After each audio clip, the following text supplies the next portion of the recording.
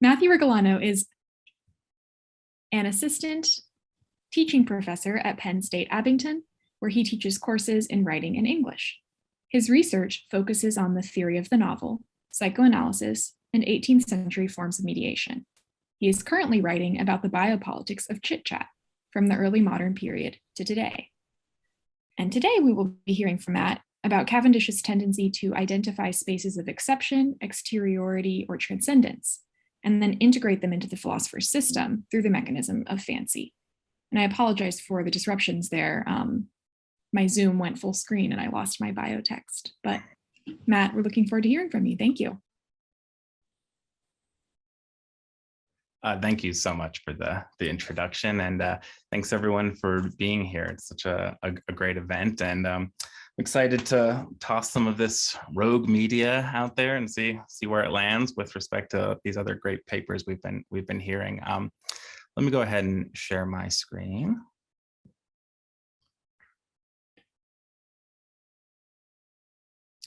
Okay, we can see this. Okay. I'll go ahead and start. So the name of the panel is Philosophy of Gender.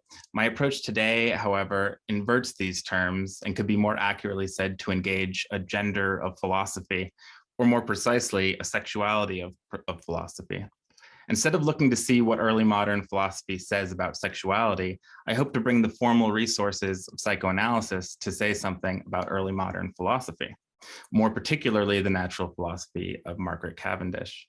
My basic claim, and this is very speculative, so I'm taking a hint from Laura yesterday, very big claim followed by a close reading, but we'll hope it all works out.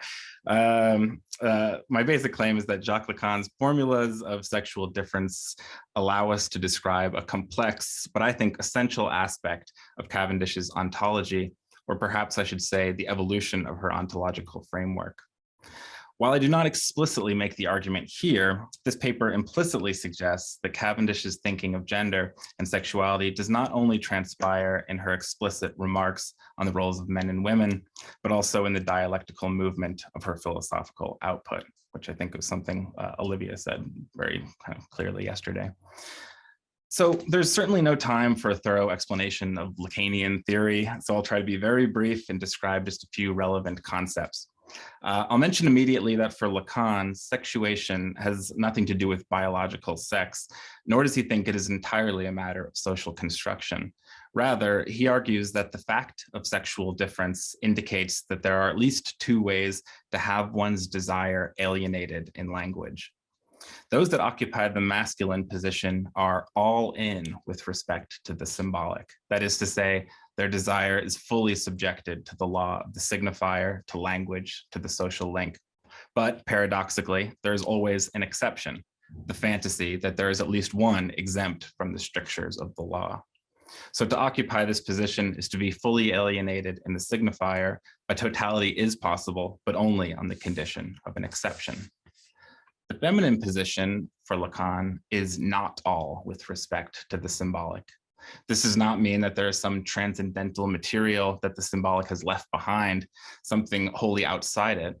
Rather, it means there is a surplus.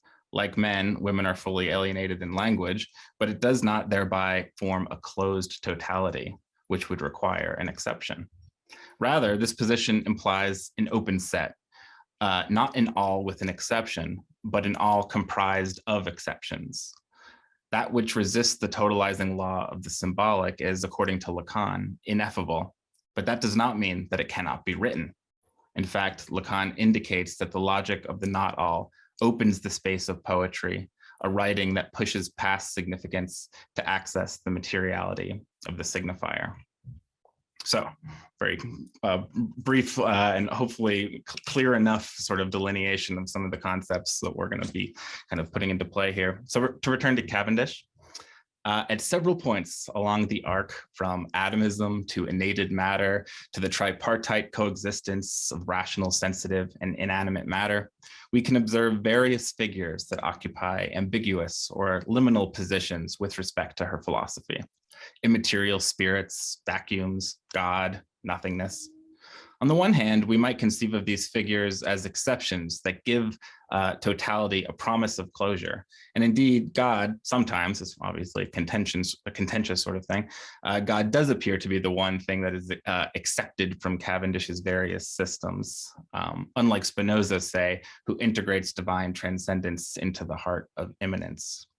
But on the other hand, these figures sometimes appear to trouble the all or the totality from within, to push against it, not to subvert it, but to supplement it, to render the all indeterminate. Vacillating between the poles of sexual difference, we might take up Cavendish's term for hybrid creations and describe these figures as ontologically hermaphroditic. So, for example, in the 1655 Philosophical and Physical Opinions, there's a short prefatory essay entitled A Condemning Treatise on Atoms, where Cavendish directly rejects her earlier commitment to Lucretian atomism. I'm going to read the second sort of part of this little essay. Here we go.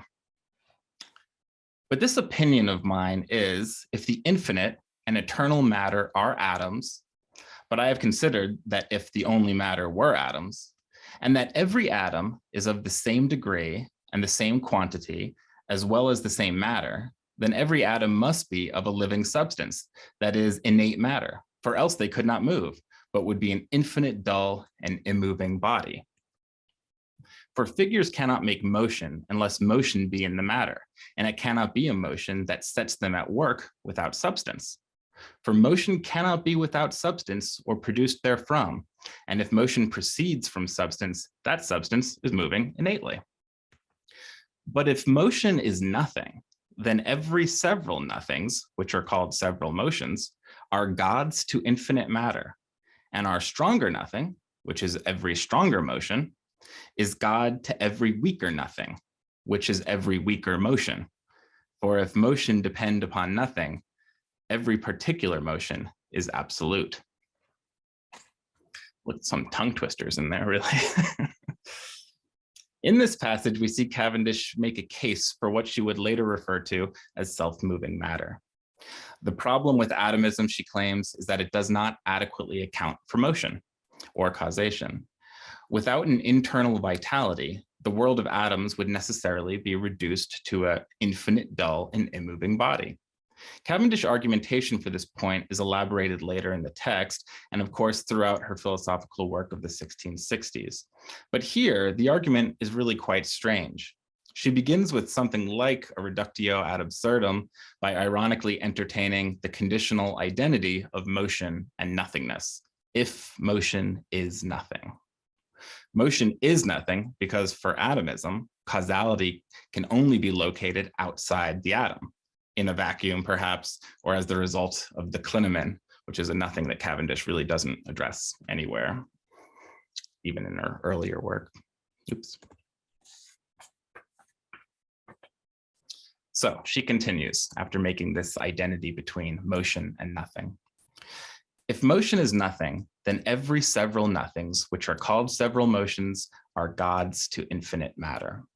What is remarkable here is that instead of simply noting the absurdity of a motion that is nothing, she takes another step towards mobilizing and multiplying the nothing. So every motion we observe in this scenario contributes to a collection of nothings. Because nothing is outside the universe of matter, it takes on a transcendental figuration here. The nothing is also a god. Moreover, because some motions are stronger than others, we have to suppose that there is something like a hierarchy of divine negations. Our stronger nothing, which is every stronger motion, is God to every weaker nothing. Finally, Cavendish concludes the exercise. For if motion depend upon nothing, every particular motion is absolute. The argument here shifts to some degree. Motion is not identical to, but is said to depend upon nothing. The consequence is that every motion is sovereign, which by definition is dependent on nothing. So this reading of the argument repeats a basic point in Cavendish scholarship. The turn to vitalist monism was driven by a desire to account for material causation more adequately, which for atomism could not be established without recourse to the immaterial, the absolute, or the impossible. But there's something more going on here. To begin with, those every several nothings, as imaginative fancies, are not exactly nothing.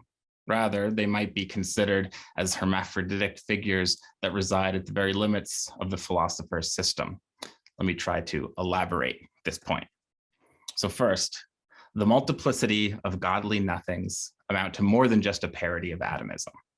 Indeed, atomism is said to involve no motion at all. Without innate self-moving matter, we'd have nothing but an infinite, dull, and immoving body.